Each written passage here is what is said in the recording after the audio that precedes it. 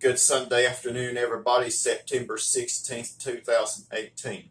Today, I'm making an attempt to make some Swedish meatballs. I'm going to serve them over some egg noodles, and I want you to come along with me, and I'm going to show you what I've got started already.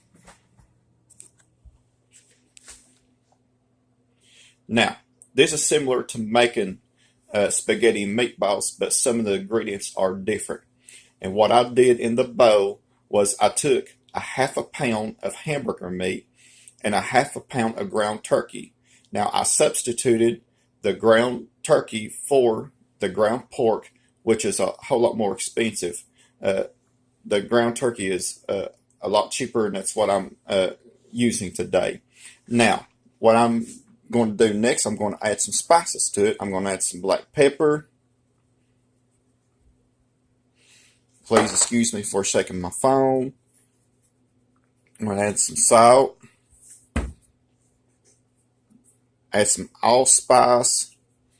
Probably about half a teaspoon. You don't want to put too much spices in there because it will mess everything up. And these spices are really pungent. A little bit of nutmeg. I'd say probably about half a teaspoon or so of that. A little goes a long way. Some onion powder. I'm going to add an egg.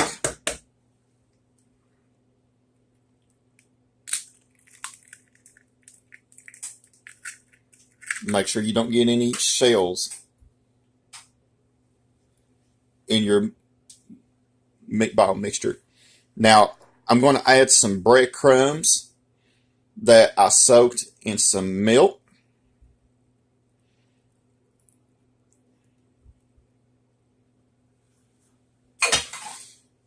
Then I'm going to add some dry breadcrumbs. Now, the fresh breadcrumbs, along with the egg, are going to help make the meatballs moist. And then the dry breadcrumbs are going to help the mixture hold together. Now, what I'm going to do is I'm going to stir this with my hands. Make sure you use clean hands. And I'm going to show you how to roll them into meatballs. Welcome back, everybody. Notice that I have my meatballs ready to go into the oven. And you just want to take probably about a tablespoon and a half of a mixture and just roll them up like you would do meatballs for spaghetti. Now, what I'm going to do, I'm going to put this in a preheated 375 degree oven, and I'm going to bake these for about 30 minutes. So what I'm going to do next is when the meatballs get done, I'm going to put the egg noodles on, and I'm going to make the sauce for the meatballs to go in. And then I'm going to serve it over the noodles. So stay tuned. Welcome back, everybody. My meatballs have just come out of the oven, and I baked them for 30 minutes at 375, and I already tasted one. It tastes really good. Now, I'm making the sauce.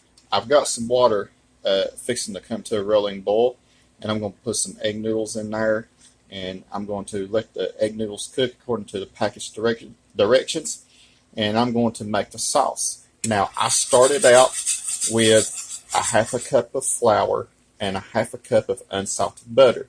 Make sure that you use butter.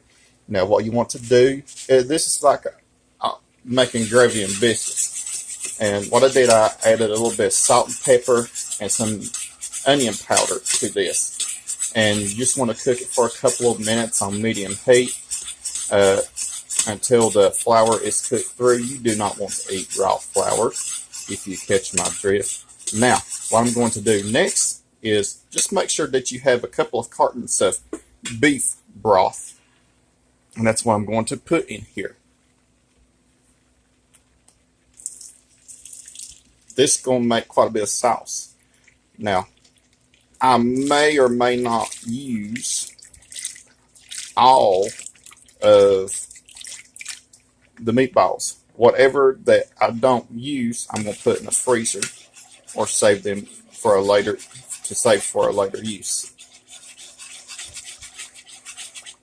Now what I'm going to do is I'm going to put the noodles in the pot. What you want to do is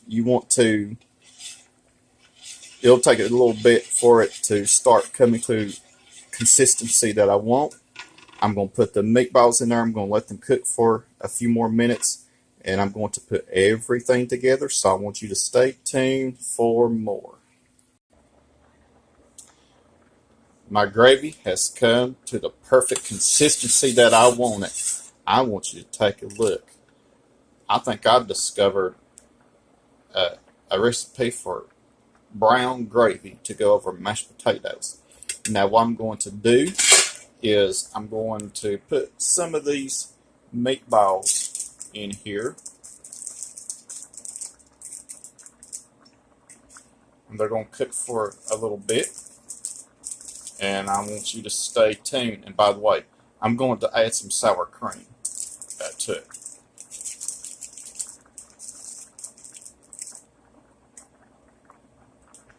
The sour cream is going to make the sauce and the meatballs, it's going to give it a tangy flavor.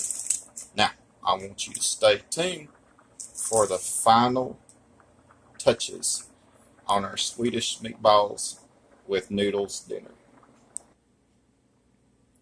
Now for the final presentation. Take a look at this. Boy, that looks delicious. And I cannot wait to dig in. Now what's going to happen over time, the noodles are going to soak up all of the sauce, or most of it, and I'll have plenty for lunch the next few days. And I cannot wait to dig in. Well, folks, thanks for watching. Hope that you've enjoyed this video of making homemade Swedish meatballs over some egg noodles. Continue to subscribe. Comments are welcome. Have a blessed Sunday afternoon.